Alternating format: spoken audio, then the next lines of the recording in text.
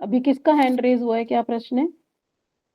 दीदी इसका मतलब ये हुआ, जब हम गोपी में मतलब जो भी साधक गोपी गर्भ से जन्म होगा, तो वहाँ इसलिए गोपाल मंत्र का जरूरत नहीं होगा, क्योंकि वहाँ साक्षात ठाकुर जी की सेवा मिलेगी, या उनके कुछ ना कुछ, जैसे अभी वहाँ ट्रेनिंग मिलेगा, उसके बाद जाके गोलोक में होगा, तो हाँ, इसलिए संबंध गोपाल मंत्र ज्ञान, की जरूरत। संबंध हाँ ज्ञान के लिए ही है ये, सिर्फ हमारा संबंध बताएंगे। देखो हमने अभी पीछे इसी चैप्टर में पढ़ा था, जिसने भी क्लास मेरे साथ अटेंड की, अभी मुझे पता नहीं सभी उस समय थे कि नहीं थे, जब हम ये वाली बात कर रहे थे कि जब भाव अवस्था आ गई तो उसके बाद हमारी क्या प्रोसेस है ना? हमें ये भी बताया गया कि कौन से यूथ में तुम प्रवेश करोगे, क्या वेश मिलेगा, क्या आज्ञा मिलेगी, कहाँ वास मिलेगा, कहाँ सेवा मिलेगी, है ना? तो ये सारे जब पॉइंट्स आए थे, जब संबंध ज्ञान हो ही गया तो दीक्षा मंत्रों का फिर कोई कार्य नहीं है। हाँ 10 पॉइंट्स थे ना दीदी वो। हाँ। हाँ जी, हाँ जी, अभी उसमें एक रह रहा है, 9 हुए ना हमारे, हम्म।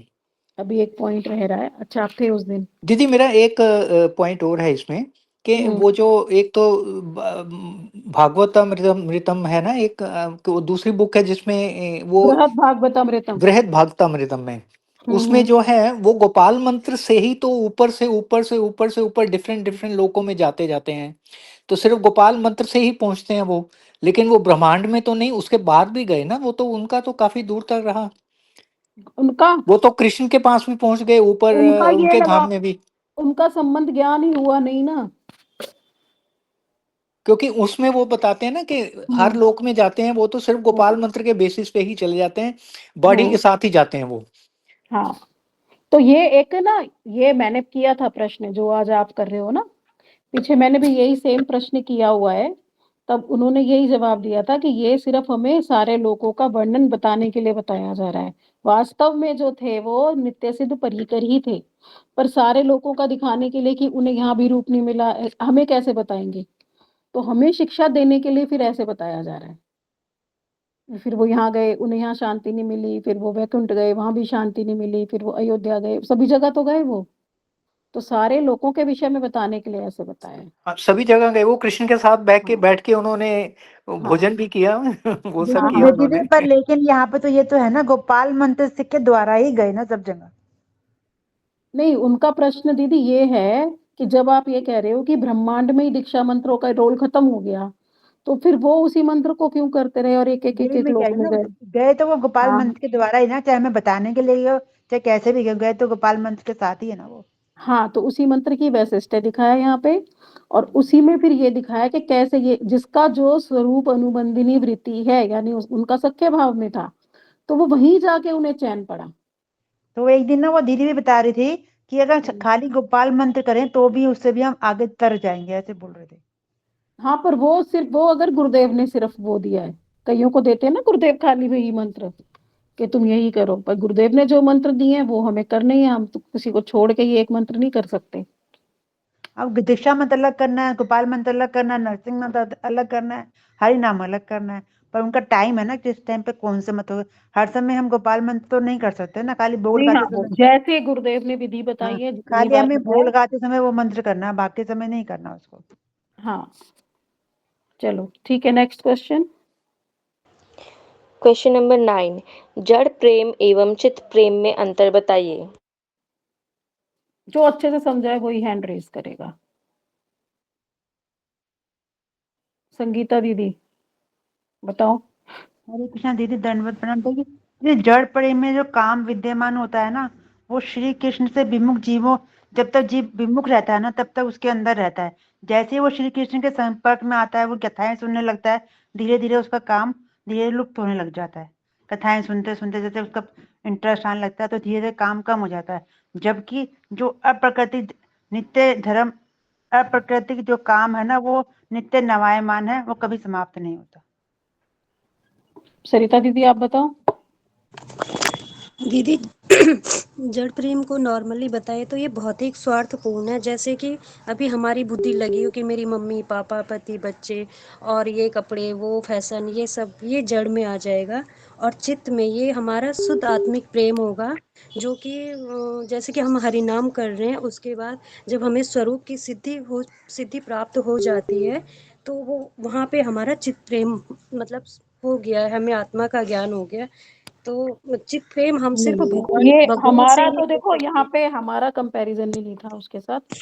ये दोनों हैं। चीजें अलग हमारा है, तो जड़ नहीं, का अलग लेकिन बता रहे हैं और कृष्ण का अलग। अर्पिता तुम बताओ। अर्पिता। हरे कृष्ण दीदी। हम्म दीदी जड़ प्रेम जो मतलब मैंने तो क्लास अटेंड नहीं करी थी, वैसे जो पढ़ के मेरे को थोड़ा समझ में आया, जड़ प्रेम मतलब जो इस जगत में जो हमारी अटैचमेंट हमारी फैमिली से होती है, फ्रेंड्स से होती है, और चित प्रेम जो चित जगत में ही पॉसिबल होती है, और उसमें भी हम बोले तो सिर्फ राधा कृष्ण में ही जो प्रेम होती है उसी को हम चित प्रेम कह सकते हैं। इसमें यही आएगा, जड़ के काम में और चित्त काम में क्या अंतर है। जड़ का काम है वो स्वार्थ के साथ होता है और एक उम्र के साथ आता है वो। जैसे बाल्य अवस्था नहीं आएगा, किशोर अवस्था आएगी तो उसमें आ जाएगा काम, और वृद्धावस्था आते ही फिर काम क्षीण हो जाएगा। और जो चित्त काम है वो नित्य नवायमान है, वो नहीं होता। और जड़ीय काम होती है वासना, और चित्त काम होता है प्रेम। उसमें टोटल प्रेम, उसे इसलिए अप्राकृत काम भी बोला जाता है। तो ये मेन अंतर है कि ये एक एज के साथ खत्म हो जाता है, और फिर ये नश्वर है, और ये हमेशा नित्य रहने वाला है। बस ये मेन अंतर इसमें यही आएगा। और फिर चित्त काम कौन है? अप्राकृतिक काम कहा जाता है हमारे श्री कृष्ण को, जो मनमत मनमत हैं, और वो नित्य नवीन और स्वयं उनका विग्रह भी है। वो काम विग्रह ही है साक्षात स्वयं रूप। बस यही अंतर आएगा, इसमें ज्यादा अंतर हम लेंगे नहीं। Next question.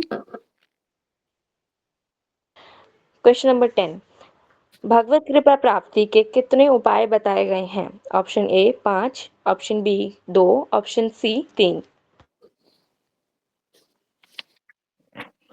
बताओ संगीता दीदी। क्वेश्चन एक बार रिपीट कर देंगे हरे प्लीज। कृष्ण दीदी, भगवत प्राप्ति के 3 उपाय क्वेश्चन बताए गए हैं।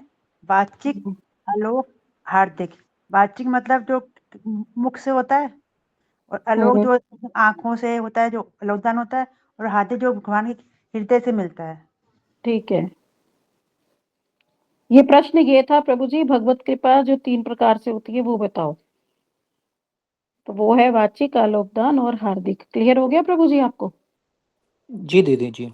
ठीक है, नेक्स्ट।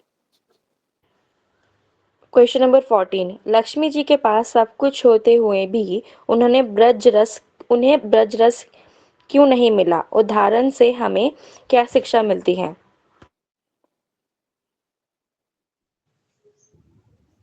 हरे कृष्ण दीदी। हाँ सरिता दीदी बोलो। दीदी लक्ष्मी जी से हमें यही शिक्षा मिलती है कि क्योंकि उन्होंने अपने ऐश्वर्य के बल, अपनी तपस्या के बल गोपियों का, जैसे कि जो गोपियों और कृष्ण का प्रेम है, इस तरह इस इसके लिए तपस्या करती रही, लेकिन उन्होंने गोपियों का अनुगत्य नहीं करा। तो इस वजह से उन्हें गोपी भाव में वो प्रेम नहीं मिला जो वो चाहती थी। और अभी युगों युगों से लेकर अभी तक वो बेलवन में तपस्या ही कर रहे हैं गोपी भाव में आने के लिए, लेकिन अभी भी उनको प्राप्त नहीं हो पाया, क्योंकि गोपियों का ही अनुगत्य नहीं किया था। तो गोपियों के अनुगत्य के बिना कदापि राधा कृष्ण युगल किशोर की सेवा में प्रवेश नहीं हो सकता। ठीक है, next question. Question number 15, Shri Chaitanya Mahaprabhu ने अचिंत्य शक्ति के उदाहरण के रूप में किन 3 चीजों का नाम बता लिया है? ऑप्शन ए जल, वायु और अग्नि, ऑप्शन बी मणि, मंत्र और महाऔषधि, ऑप्शन सी धूप, दीप और नैवेद्य, ऑप्शन डी पुस्तक, कलम और ज्ञान। बोलो संगीता दीदी। हरे कृष्ण दीदी, इसमें सेकंड नंबर आएगा, मणि, मंत्र और महाऔषधि। जैसे चिंतामणि हो गई, मंत्र हो गया, महामंत्र हो गया, महाऔषधि मतलब महाप्रसाद हो गया। हाँ वो भी है, ठीक है। Next question. क्वेश्चन नंबर 16, माधुर्य भाव 4 वस्तुओं पर निर्भर करता है, विस्तार पूर्वक वर्णन करें। कौन बताएगा इसे? तुम ही बताओगी अर्पिता? अर्पिता तुम बताओगी? हाँ जी दीदी, मैं थोड़ा ट्राई कर सकती हूँ जो पढ़ा था। बताओ। 4 वस्तुएं देश, काल, पात्र और परिवेश। देश से मतलब जो स्थान, परिवेश, जैसे श्री वृंदावन धाम है। काल मतलब समय, वैसे इसमें ग्रंथ में 2 ऋतु के बारे में बताया गया है, वसंत ऋतु और पतझड़ ऋतु। जो कि जो और ये भी सुना है कथा में जो वृंदावन धाम में उनकी सेवा के लिए सारी ऋतु एक साथ होती हैं, योग माया देवी सारी ऋतु एक साथ संपादन करती हैं। पर दीदी मुझे इतना ही पता था। और कोई बता पाएगा इसको? बड़े अच्छे से हमने किया था क्लास में। हरे कृष्ण दीदी। हाँ जी बताओ। यहाँ पे बताया गया कि 4 तरह के हैं वो मेन, देश, काल, पात्र और परिवेश। देश का अभिप्राय है कि जहाँ पे जिस स्थान पे हम रहते हैं, जिस प्रदेश में हम रहते हैं उसके बारे में, जैसे वृंदावन में रह रहे हैं या गोवर्धन में रह रहे हैं या कोई भी जो नवदीप धाम में रह रहे हैं उसका प्रभाव पड़ता है। और ऐसे ही है काल का अर्थ है समय, कि हम किस समय में और किस टाइम पे ये सब कुछ कहाँ कर रहे हैं। और दो ऋतुओं के बारे में बताया है। वर्णन है श्री कृष्ण की लीलाओं का बहुत अनुकूल है वसंत ऋतु और पतझड़ ऋतु। वसंत ऋतु में उन्होंने बसंती रास की लीला की थी। दीदी प्रश्न इसमें ये है, आप बता तो ठीक रहे हो, दीदी पर इसमें ये ऐसा आएगा समझ क्या? में नहीं आएगी, है ना? जैसे बस खाली वो 4 हो जाएगा, देश, काल, एक पात्र, मिनट परिवेश। म्यूट नहीं करो, दीदी, सब म्यूट आश्रय, करो। सरिता दीदी बोलो आप। दीदी इसमें ये आएगा ना, आश्रय, विषय और भाव सेवा। आश्रय है जैसे कि हमारा चलो आश्रय राधा। मैं बताती हूँ, अब म्यूट कर दो सब। इसमें ये था कि जो माधुर्य भाव है वो 4 वस्तुओं पे डिपेंड करता है। माधुर्य भाव की 4 वस्तुएं पूछी गई है ना प्रश्न में। तो माधुर्य भाव यानी राधा और कृष्ण का जो उद्दीपन है, जो उनको आपस में एक दूसरे के लिए रस प्रस्तुत कर रहा है, उसके लिए क्या वस्तुएं हैं, उसके लिए बताई जा रही है। देश उनको कौन सा चाहिए? वृंदावन चाहिए राधा और कृष्ण को। काल कौन सा चाहिए उन्हें? होता तो उनका 6 की 6 ऋतुओं में उद्दीपन, पर जो उनका उद्दीपन मेन है वो वसंत ऋतु और शरद ऋतु में सबसे ज्यादा टॉप मोस्ट होता है। ठीक है। फिर पात्र, पात्र क्या, वहां पे गोपियां भी होनी चाहिए उनके लिए, सेवाओं के लिए, उनको पात्र बताया गया। और कौन करता है ये सारी व्यवस्था? योग माया देवी और वृंदा देवी सारी व्यवस्था करती हैं।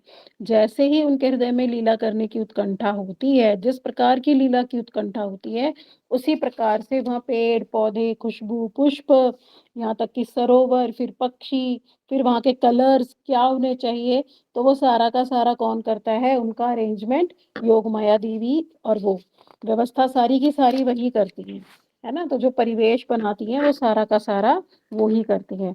इसमें हमारे लिए कोई बात नहीं आ रही है, ये राधा और कृष्ण के उद्दीपन के लिए आ रही है।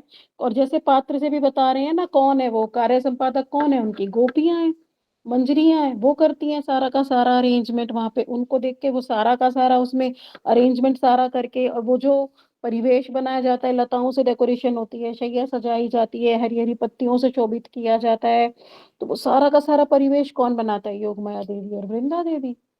ठीक है, क्वेश्चन क्लियर हुआ? माधुर्य भाव की बात आ रही है यहाँ पे कि जी दीदी, माधुर्य भाव, दीदी वो समझ में आ गया, ठीक है दीदी। हाँ माधुर्य भाव 4 बातों पे दीदी डिपेंड करता है। देश के लिए क्या बताया दीदी आपने? वृंदावन स्थान हो गया ना। हाँ वृंदावन, हाँ वृंदावन देश, वृंदावन। काल कौन सा हो गया? ऋतुएं, ठीक है कौन सी दीदी। ऋतु में सबसे ज्यादा उद्दीपन होता है राधा और कृष्ण को मिलन के लिए? ठीक है ना। ठीक है दीदी, चलो, और ठीक है। दीदी परिवेश।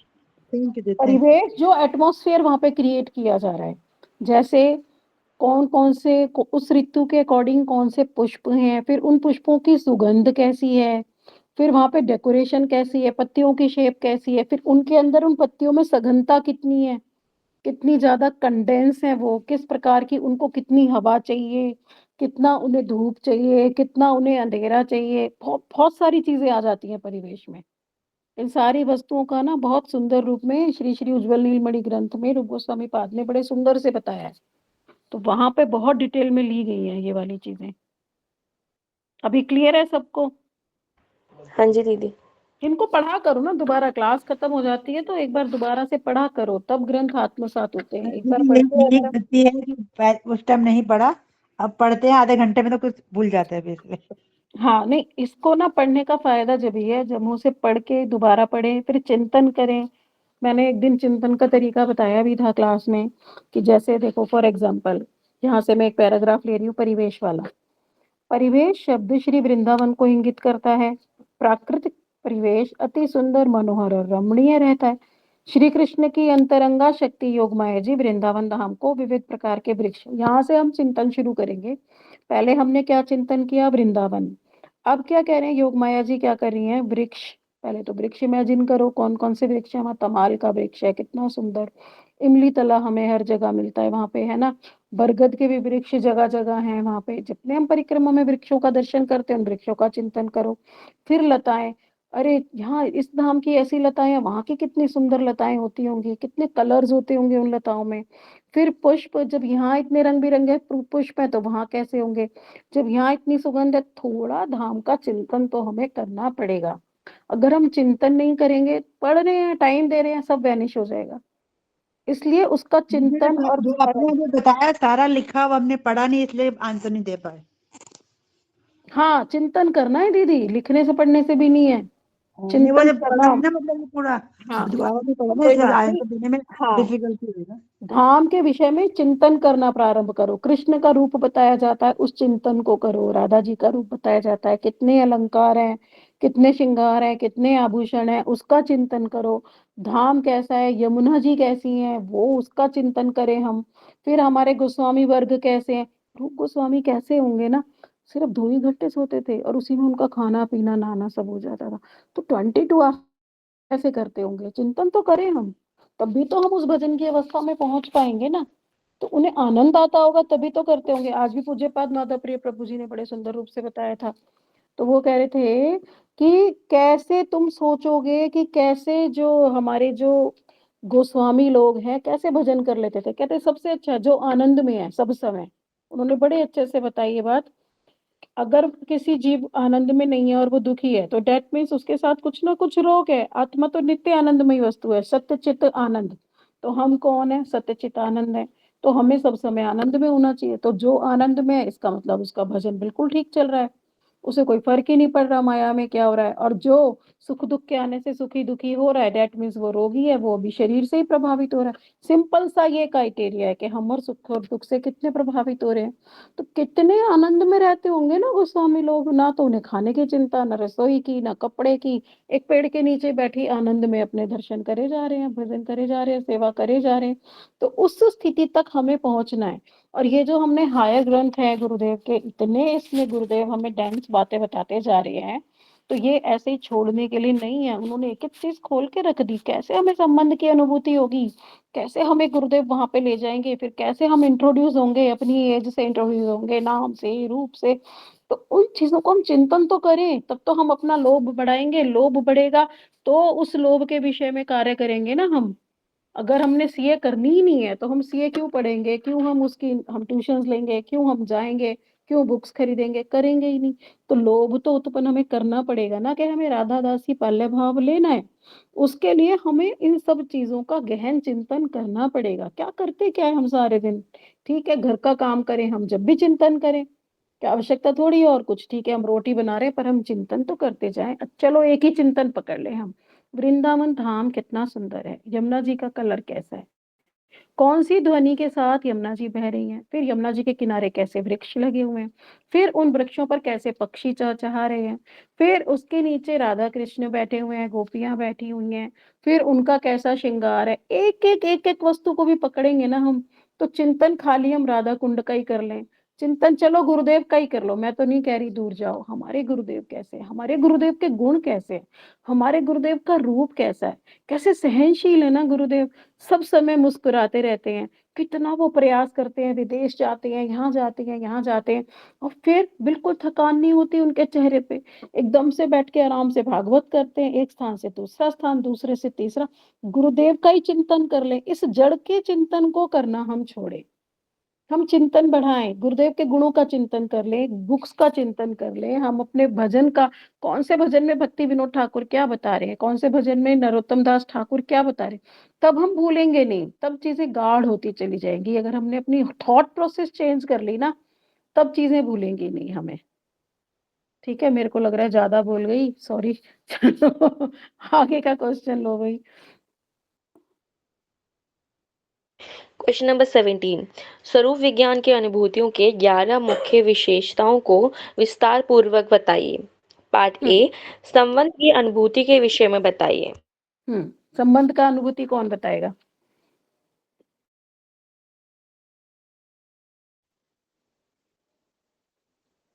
सब चुप। अर्पिता बताना है, बताओ। हरे कृष्णा दीदी, मैं थोड़ा-सा बोलने की कोशिश हाँ करता हूँ। जी, हाँ जी। नहीं, आप तो थे इस वाली क्लास में, बताओ आप। हाँ, लेकिन याद नहीं रहता ना, विद एज फैक्टर अभी याद रखना कोई मुश्किल होता है। अच्छा, समय तो सब कोई कुछ बात आ नहीं, जाता है, बुक खोल लेकिन के याद बताओ। रखना मुश्किल हो जाता है थोड़ा। हाँ, ये तो है, कोई बात नहीं, आप बताओ। तो संबंध जो है, सबसे पहले हमें ये होना चाहिए कि हमारा संबंध, अभिधेय और प्रयोजन 3 चीज़ें होती हैं। हुँ, तो प्रयोजन जो है हमारा, मतलब हमारा लक्ष्य क्या है? और हुँ, बीच में जो है वो साधन होता है हमारा, और हुँ, फिर सबसे पहले जो है संबंध होता है। हुँ, किसी चीज़ तक पहुँचने के लिए सबसे पहले हमें पता होना चाहिए कि हमें कैसे जाना है, वहाँ साधन क्या है, और हुँ, हमें वहाँ पहुँचने के लिए किन-किन लोगों से, किन-किन चीज़ों से बात करनी है, किन चीज़ों के बारे में ज्ञान होना चाहिए। हुँ, तो हुँ, सबसे पहले इसीलिए कहते हैं कि हमारा जो प्रयोजन जो है वो कृष्ण प्रेम है।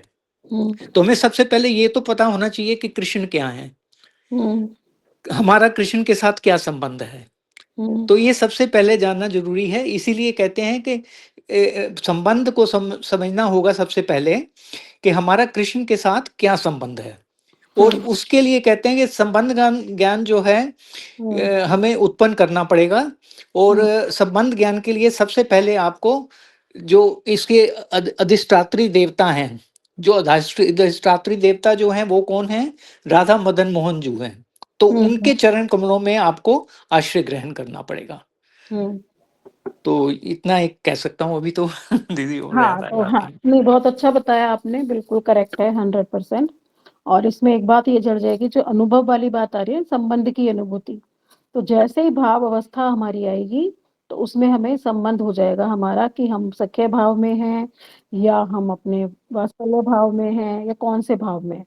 तो संबंध में ये वाली बात आ जाएगी कि हमारा श्री कृष्ण के साथ क्या संबंध है। भजन करते करते ये वाली दशा हमारी आ जाएगी, और हमें संबंध का ज्ञान गुरुदेव की कृपा से हो जाएगा।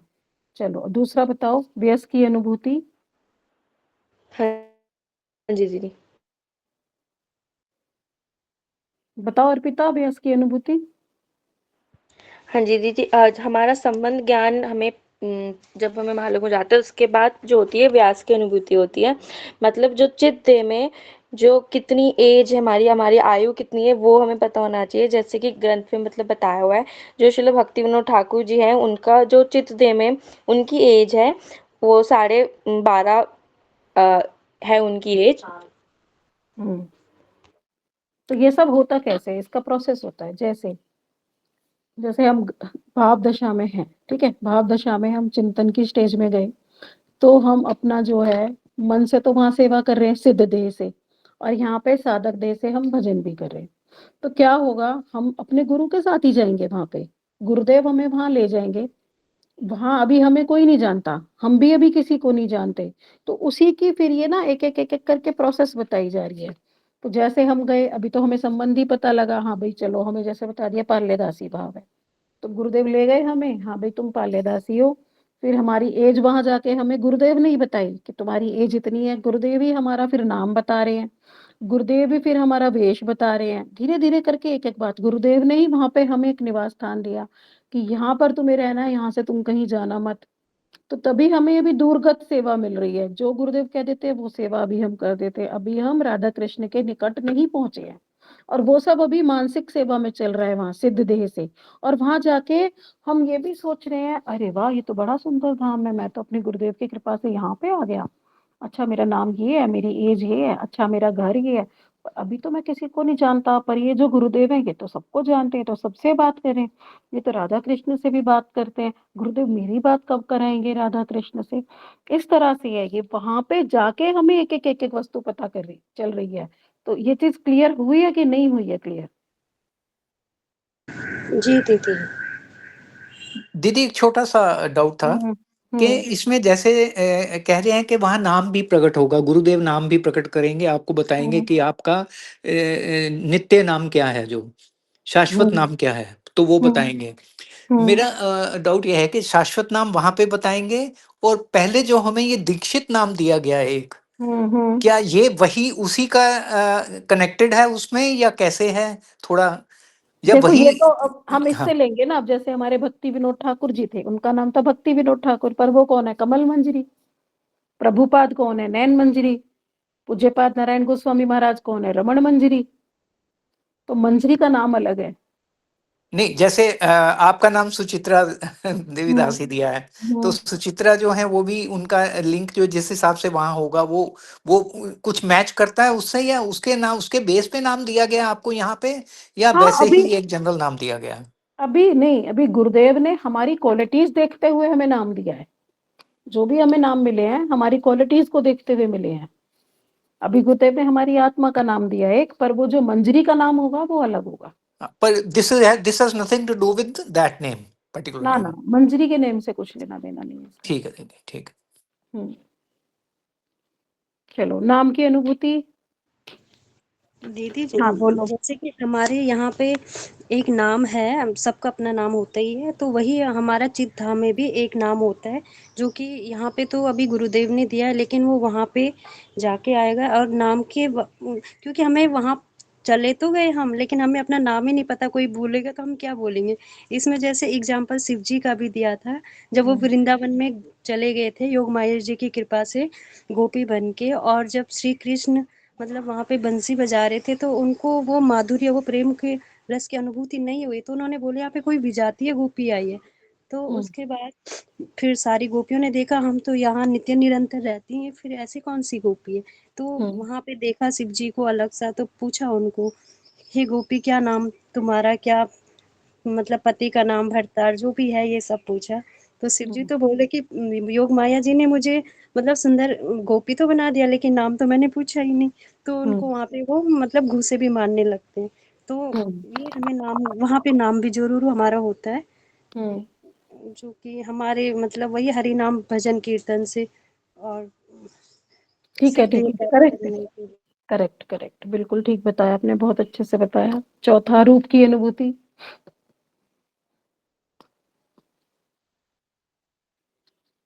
अर्पिता।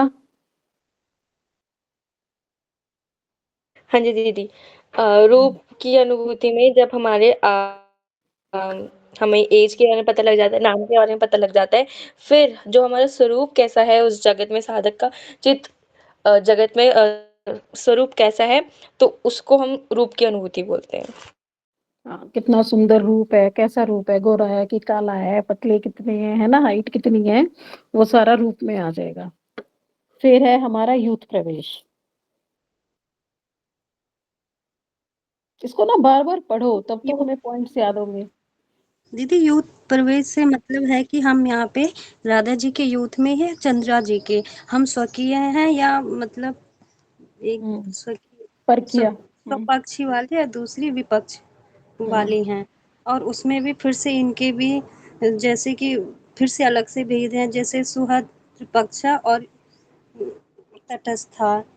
तो ये तटस्था चंद्रावली जी की हैं। तो यूथ नहीं, में, इसमें जो यूथ का मीनिंग क्या बताया था? यूथ ग्रुप, का मतलब जो जो राधा ग्रुप है। जी की सखियां हैं, मतलब उनकी जो मंजरियां हैं उस भाव में हम हैं, लेकिन हम उनके मतलब एक तो मंजरियों के भी फिर से 8 मंजरी होती है, तो हम उसमें से कौन सी मंजरी, जैसे हम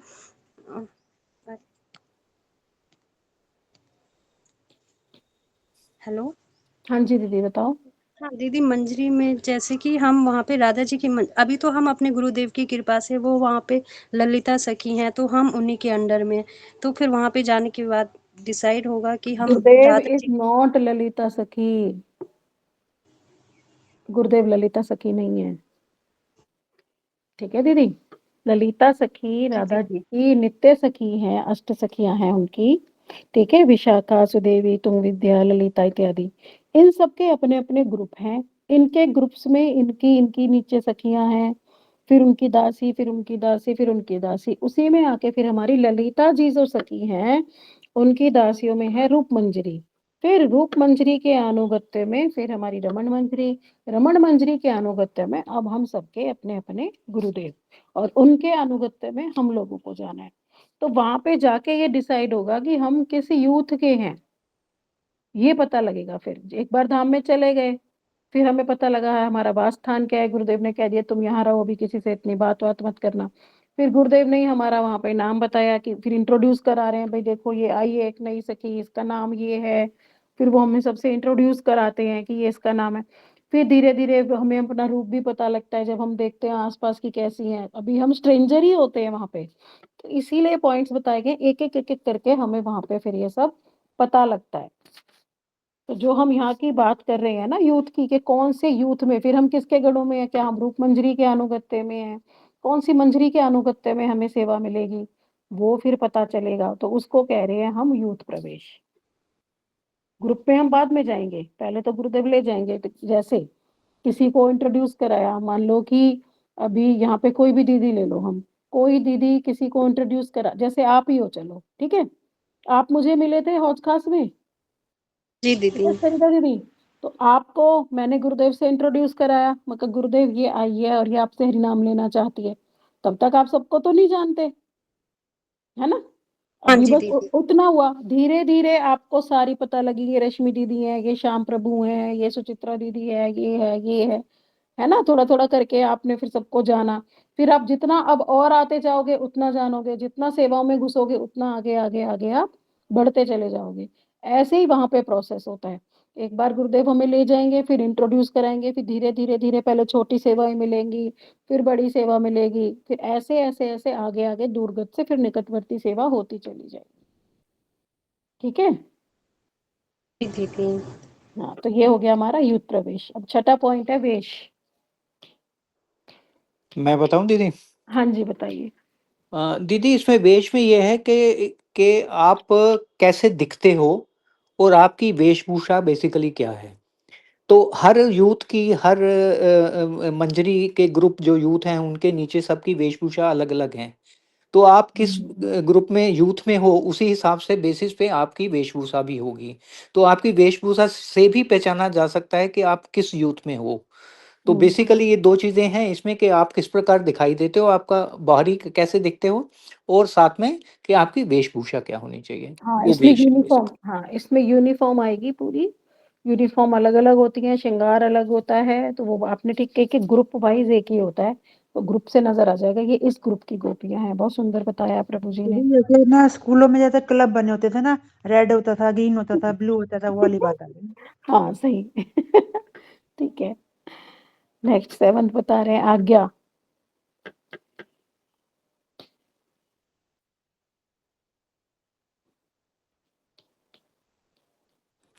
हरे जो कृष्ण यूथ दीदी। हर यूथ का एक यूथेश्वरी होती है, उसका इंचार्ज होती है जो हम्म, कंट्रोल करती है उसको पूरे ग्रुप को कि क्या हम्म, काम करना है, कैसे करना है, इंस्ट्रक्शंस देती हैं।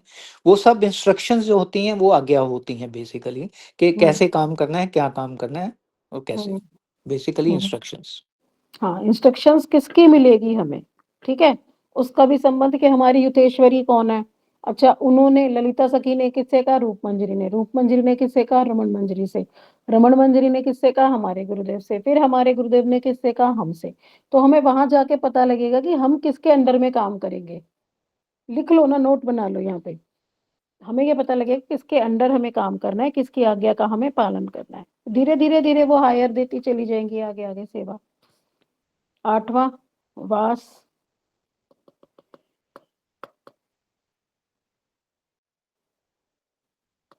दीदी अब इसमें ये आएगा हमें कहाँ पे रहना है, किस स्थान पे रहना है, उसको वास कहते हैं। जैसे भक्ति विनोद दास ठाकुर जी को ने लिखा कि मैं विश्व भानुपुर में जन्म लिया और जागृत में विवाह हुआ। ऐसे वास के बारे में सब है, निवास स्थान। हाँ, वहां पे वास बताएंगे कि कहाँ पे निवास रहना है। स्थान। हाँ बिल्कुल। वहां पे एक हमें कुटिया दी जाएगी कि ये है तुम्हारा घर, यहाँ तुम्हें रहना है। तो वास स्थान भी एक प्रॉपर होगा। हर एक का एक अपना वास स्थान है वहाँ, ऐसे नहीं कि ग्रुप में रह रहे हो, नहीं। ये लो, हो गया काम। मना किया हुआ मैंने सबको, फोन मत मिलाया करो इस टाइम, पर मिलाना जरूर है। अभी ठीक है, चलो। हाँ जी। और नेक्स्ट आया फिर सेवा। दीदी अब पूरा नहीं आ रहा आपका कोई। दीदी सेवा से अर्थ है कि हमारी नित्य धाम में कौन सी सेवा है। जैसे कि वहाँ पे कोई फूल पुष्पों की सेवा कर रहा है, कोई वहाँ पे मतलब डेकोरेशन वगैरह, जल की सेवा, इत्र की सेवा। जैसे कि इसमें भक्ति विनोद ठाकुर जी भी कहते हैं कि उनकी वहाँ पे कपूर की सेवा है, वो जल में कपूर को मिलाकर और उसको उसको वो वहाँ पे श्री राधा कृष्ण जी की सेवा में अर्पित करते हैं और वो वहाँ पे कमल मंजरी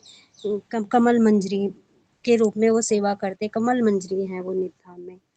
तो वो सेवा यही बता रहे हैं कि कौन सी सेवा है। अब कोई भी सेवा मिल सकती है कि जाओ तुम दूध धो के ले आओ, जाओ तुम माखन बना के ले आओ, जाओ तुम पुष्प तोड़ लाओ, जाओ तुम्हें वहां से जाके घास इकट्ठी करके लानी है, या फिर तुम्हें जो है यहाँ पे शैया बनानी है। कोई भी सेवा हो सकती है। तो वो फिर हमें पता लगेगा कि कौन सी सेवा दी जा रही है, कौन सी सेवा हमारी है। जैसे भक्ति विनोद ठाकुर जी की बहुत प्रसिद्ध है कि उनकी कपूर सेवा है। ठीक है। दीदी जैसे हम यहाँ पे कह सकते हैं ग्रुप में, एक की मंगलाचरण करने की सेवा है, एक की लिंक बनाने की सेवा है, और एक की क्वेश्चन आंसर पढ़ने की सेवा है, और एक की कथा सुनाने की सेवा। ये सब सेवा ही है सारी। हाँ, ऐसे ही किसको कौन सी सेवा दी जाती है। याद हो जाएगा ना, इसे इस धारण से हाँ लोगों को याद हो जाएगा, भूलेंगे नहीं। हाँ, तो वो ये कि ऐसे निर्दिष्ट करा जाएगा कौन सी किसकी सेवा है ना। ठीक है, ये वस्तु हो गई। अभी हमारा यहीं तक हुआ है, आगे का ये हमें पढ़ना है, कल से पढ़ेंगे हम प्रकाष्ठा श्वास। ठीक है ना। अभी आज तक के प्रश्नों में किसी का कुछ रह गया है डाउट तो पूछ लो।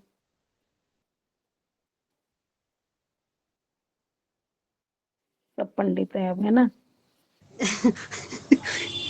दीदी इसमें हम ना मतलब हम तो राधा कृष्ण की भक्ति करें, हमें उन्हीं के यूथ में जाना है, लेकिन जैसे इसमें चंद्रावली लिखा है तो क्या हम लोग हम में से चंद्रावली के यूथ में भी जाते हैं? देखो गुरुदेव ने लिखा है तो अवश्य।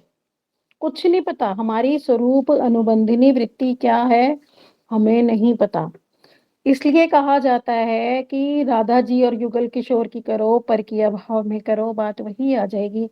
जैसे 100 के नोट में सब कुछ है, वो कंप्लीट है, संपूर्ण है एकदम, है ना। तो जहां भी हमारा स्वभाव होगा, जहां भी हमारी स्वरूप अनुबंधिनी वृत्ति होगी, उसकी प्राप्ति हो ही जाएगी। क्योंकि 100 के नोट में 50 का भी है, 20 का भी है, 5 का भी है, 10 का भी है। तो चंद्रावली के युद्ध में हुई तो हम वहां चले जाएंगे, अगर वहां नहीं हुई तो चले जाएंगे। और इसीलिए हम टॉप मोस्ट कर रहे हैं, इसीलिए बता दिया गया युगल किशोर की करो पर की अभाव में, क्योंकि अगर उसमें है तो वो तो प्राप्ति हो जाएगी। साथ में अगर और किसी में भी है तो वो भी प्राप्ति हो जाएगी। पर स्वरूप से लेके किसी का कोई लेना देना नहीं है। ये तो गुरुदेव से मैंने कई बार पूछा, औरों ने भी पूछा है। गुरुदेव का कार्य है हमारे स्वरूप को जगाना। वो कहीं भी हो सकता है, किसी भी भाव में हो सकता है। पर हाँ, मोस्टली 95% बात यही मानी जाती है कि जब हम माधुर्य रस में आए हैं, ऐसे हमें गुरु मिले हैं, ऐसी कथाओं का हम अनुशीलन कर रहे हैं, ऐसे गौड़ीय वैष्णव मिले हैं, तो हमारा माधुर्य भाव में ही राधा जी के चरणों में ही होना चाहिए। पर फिर भी डिफरेंट भी हो सकता है, हम ऐसा नहीं कहेंगे कि नहीं हो सकता, हो सकता है। हरे कृष्ण दीदी। हाँ दीदी जी। मैंने कई लोगों को देखा है राधा कृष्ण की भक्ति कर रहे हैं, राधा जी की अनुगत्य में परकीय भाव से ही कर रहे हैं, लेकिन उनका अभिनिवेश फिर भी कृष्ण जी में ज्यादा होता है। राधा जी में लोगों ने बोल दिया राधा जी को मैं मानना है, तो फिर वो राधा जी को मानने लगते हैं, लेकिन उनका परिवेश कृष्ण जी में ही ज्यादा होता है। तो वो चंद्रावली के युद्ध में जा सकते हैं ऐसे लोग। चंद्रावली के उसमें थोड़ी कृष्ण वाले जाएंगे, तो फिर गोपियां हो गई ना। अच्छा, और सखा भी तो हो सकते हैं। सखा भी हो सकता है, ठीक बात है। हम्म, ठीक है, ठीक। कुछ भी हो सकता है ना, अगर कृष्ण से अट्रैक्शन है तो फिर तो वो गोपियां हो गई जो स्वतंत्र रूप से कृष्ण के साथ हाँ विहार जी, हाँ करती हैं, जी। फिर वो राधा हाँ, जी हाँ, का अनुगत्य नहीं करती, एक बात। दूसरा, सखा भी फिर कृष्ण के साथ खेलते हैं। हाँ जी दीदी, ठीक बात है, ठीक। हाँ, तो ये अपने अपने स्वभाव की बात है। पर धीरे धीरे अभी हम कुछ नहीं कह सकते। देखो, अभी हमारा अट्रैक्शन होगा, कोई भी कथा सुन के हम कहीं भी अट्रैक्ट हो जाएंगे। अभी हमें कभी कृष्ण अच्छे लगने लगेंगे, कभी राधा अच्छी लगने लगेंगी, कभी सुबल और श्री राम अच्छे लगने लगेंगे, कभी लगेगा बाल कृष्ण कितना आनंद देते हैं ना, कितना खेलते हैं, काश मैं उनकी माता होती। अभी हमारा अस्थाई भाव है, अभी हम कुछ भी हमारा अट्रैक्शन हो जाएगा। पर धीरे धीरे धीरे जैसे जैसे हमारा भजन बढ़ेगा, जैसे जैसे गुरु सेवा बढ़ेगी, जैसे जैसे हमारा संबंध ज्ञान प्रगाढ़ होगा, धीरे धीरे हमारी रुचि बदलती चली जाएगी। जैसे जैसे हमारी परिपक्व अवस्था आएगी, तब हमें पता लगेगा हम कौन है। तब वो, क्योंकि धीरे धीरे जो स्वरूप अनुबंधिनी वृत्ति बढ़ेगी, तो उससे अपने आप स्वरूप ही सामने आएगा, जो तटस्थ शक्ति में अपने आप इनबिल्ट है। उसमें हमें कुछ करना ही नहीं है ना। हम अपने स्वरूप को बदल नहीं सकते, वो दीदी इनबिल्ट है। दीदी जैसे हमारा पोता हुआ, ठीक है, अगर हम उसको कान्हा नाम रखते हो, कान्हा बोलते बोलते मेरा भाव स्वभाव उसमें भाव में तो धीरे धीरे परिवर्तन आ ही जाएगा ना फिर। फिर वो तो है वात्सल्य ही। भाव धीरे-धीरे आने लग जाएगा ना फिर वो कान्हा बोलते ही। नहीं? नहीं, बात वो नहीं है यहाँ पे, बात ये कि उससे हम उनकी सुकृति पुष्ट कर रहे हैं। नहीं, मैं ये नहीं पूछ रही, मैं ये पूछ रही हूँ, हाँ। अगर मैं अपने पोते का नाम कान्हा रखती हूँ, तो मैं कान्हा शायद नहीं बोलती हूँ, वो लगते तो वात्सल्य भाव में बोल रही हूँ ना उनको, वो तो तो आरोप वात्सल्य कर लो भाव आ फिर, जाएगा ना फिर मन में, ये कह ऐसे रही हूँ। थोड़ी उसके प्रति, तो नहीं, उसके मेरे प्रति तो कहने का वैसे भी मतलब है, आप। जैसा हमें बताया कि राधा रानी की पाल्य दासी बनना है, हमारा भाव दूसरा है, तो धीरे-धीरे भाव चेंज हो सकता है, ऐसे पूछ रही हूँ मैं। भाव नहीं होगा ना, मतलब कान्हा बोल सकते हैं ना, ऐसा कुछ नहीं है ना फिर? नहीं होगा, ऐसा नहीं, जो स्वरूप अनुवंदिनी वृत्ति है वही रहेगी, उसको हम चेंज नहीं कर सकते। तो हम बोल सकते हैं ना, बोलने में तो दीदी कोई वो हर्ज नहीं कहते है हैं ना ना फिर। कि जब जीव का गठन हुआ तो उसके हम्म, साथ ही साथ उसका रूप भी गठित हो गया वहां पे। बिल्कुल बिल्कुल। तो इसलिए वो जो रूप हो गया एक बार वो चेंज नहीं होगा, लेकिन उसका पता हमें चलता रहेगा धीरे धीरे, हाँ पर चेंज बिल्कुल, नहीं होगा वो। नहीं होगा वो, किसी भी चीज से किसी भी प्रयास से चेंज नहीं होगा, मिलेगा वही रूप, हम कुछ भी कर ले। ठीक है यहाँ दीदी, तक ठीक कि है। अगर हम अयोध्या के परिकर हैं तो हम अयोध्या ही जाएंगे, हम फिर गोलोक नहीं जाएंगे। इसलिए इन ठीक है चीजों से, दीदी। एक्सटर्नल चीजों से कोई फर्क नहीं पड़ेगा उस पे, वो बस ये है कि भजन के माध्यम से हमारा स्वरूप हमें प्राप्ति हो जाएगी, मिलेगा वही जो है, उसे चेंज नहीं कर सकते हम। तो दीदी, हरे कृष्णा दीदी, तो इसका मतलब हमारा रूप जो है फिक्स हो चुका है, मतलब पता नहीं चला है, यही है ना? फिक्स ही है ये, क्योंकि आज भी हमारी जो मूर्तियां हैं वो धामों में विराजमान हैं। हमारी जो चित्त मूर्तियां हैं ना, पर उनमें प्राण नहीं है, वो यहाँ से आत्मा जाएगी तभी वहां प्राण आएंगे। तो वो ऑलरेडी इनबिल्ट है कि कहाँ पे हम हैं, तो हमें वहां जाके बस अपना सेवा पकड़नी है, क्रिया में लाना है। लेकिन ये उसके लिए हमें भजन करना, हरि नाम करना है, भजन के माध्यम से ही तभी जाएंगे। जाके तभी जाके वहाँ पहुँच पाएंगे हाँ, भजन के बिना तो संभव ही नहीं, मार्ग ही यही है। सिद्ध धाम के लिए। हाँ भाव की स्टेज तक तो जाना ही पड़ेगा, तभी पता चलेगा ना अपना रूप क्या है। बिल्कुल बिल्कुल, जाना ही पड़ेगा, यही मंत्र करने पड़ेंगे, गुरुदेव का अनुगत्य करना पड़ेगा, एकादशी करनी पड़ेगी, कथाओं का श्रवण करना पड़ेगा, जो सारा प्रोसेस हमें बता दिया ये सारा हरे करना कृष्ण है। दीदी, दीदी कल गुरुदेव आ जाएंगे, फिर कथा कैसे करोगे? 2 दिन कथा होगी, 2-3 दिन? अभी कल तो रात को आ रहे हैं, कल तो मैं यही हाँ, हूँ। कल तो हो जाएगी, फिर बाकी 3 दिन तो नहीं करोगे ना, फिर करोगे? जरूरी नहीं है, मैं देखती हूँ ना गुरुदेव का क्या हाँ, हाँ, शेड्यूल है। ठीक है दीदी, ठीक है। गुरुदेव के शेड्यूल से पता लगेगा 28 ये तारीख तो। को तो वहाँ पे ना किदवई नगर में है। गुरुदेव के हाउस प्रोग्राम्स हैं, तो मैं हम्म, देखती हूँ कहाँ पे कितना कैसे अटेंड करना है, फिर अब क्लास आगे पीछे कर लूंगी, या तो ठीक देखती है हूँ दीदी, जैसे भी होगा, ठीक ओके। है। हाँ, कल की तो होगी, कल तो गुरुदेव आई लेट नाइट रहे हैं। कल तो रात को आ रहे हैं, 10:30 बजे आएंगे ना हाँ कल हाँ तो। हाँ हाँ, परसों से बताती हूँ क्या शेड्यूल है। ठीक है दीदी, ठीक है, हरे कृष्ण चलो दीदी, दंडवत चलो, प्रणाम। हरे कृष्णा, सभी को दंडवत प्रणाम। कल तो हरे सीधा कृष्णा हरे दीदी, कृष्ण, दंडवत हरे प्रणाम। कृष्ण, दंडवत प्रणाम। दंडवत प्रणाम। कल तो फिर 5 से 6 का ही मैसेज दंडवत डालना है प्रणाम। ना फिर। हाँ जी हाँ जी।